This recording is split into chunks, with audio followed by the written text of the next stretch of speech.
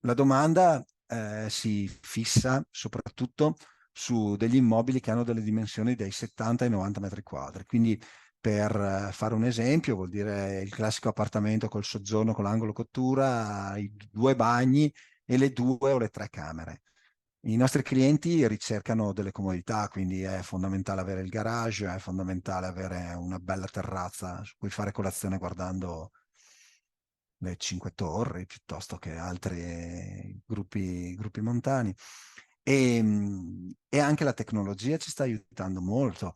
La domotica è diventata una richiesta importante perché permette al proprietario di partire da casa, accendere l'impianto di riscaldamento, alzare le persiane, accendere le luci, preparare tutto quello che serve per l'arrivo e quindi di trovare già l'abitazione confortevole.